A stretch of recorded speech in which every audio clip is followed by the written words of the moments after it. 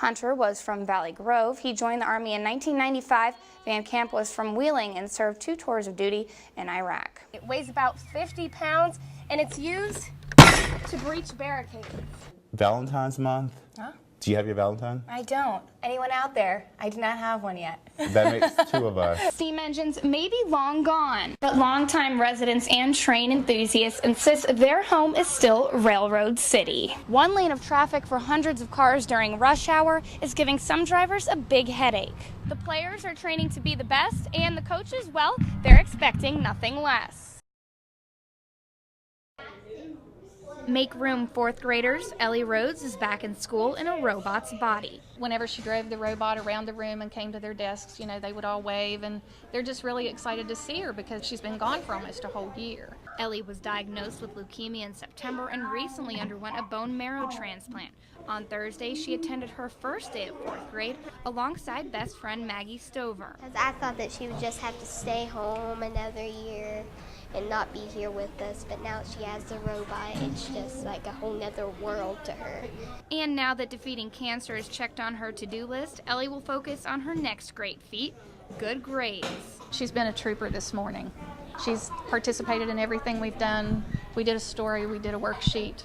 Her little hand was raising when we were looking at her when the robot was moving around the rooms. The robot isn't just for Ellie to learn in the classroom. She's also walking down the hallways with her friends and eating lunch with them in the cafeteria. Ellie gets to communicate with all of us, and we can see her and talk to her and do whatever with her.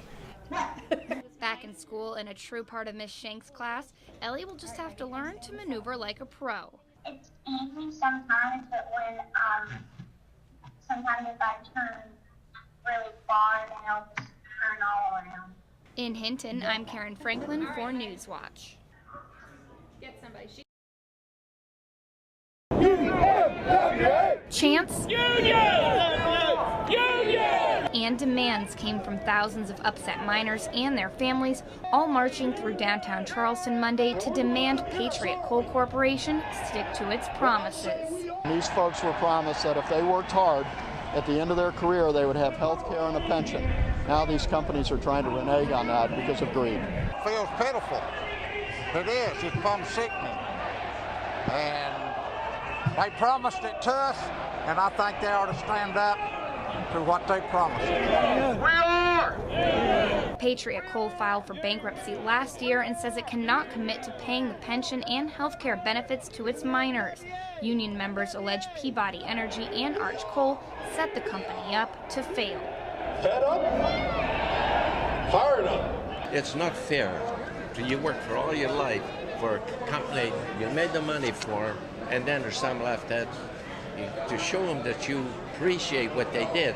Their union representatives agree. I know what hard work it is and backbreaking work, and these folks deserve everything they get. They have worked so hard to make these companies profitable, and now these companies want to renege on their promises, and that's just wrong.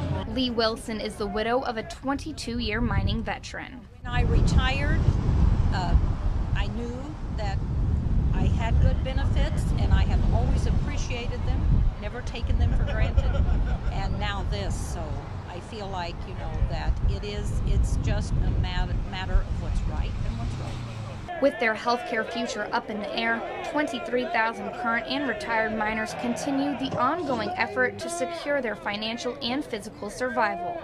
In Charleston, I'm Karen Franklin for Newswatch.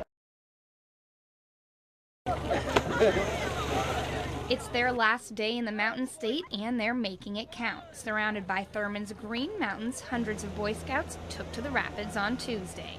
It's been great. I mean, I've done it once before in Colorado, and this has to be a little bit better, actually, especially since I'm with more of my friends. To help keep hundreds of teenage boys safe, the Division of Natural Resources, they're out in full force, lending a hand to the National Park Service.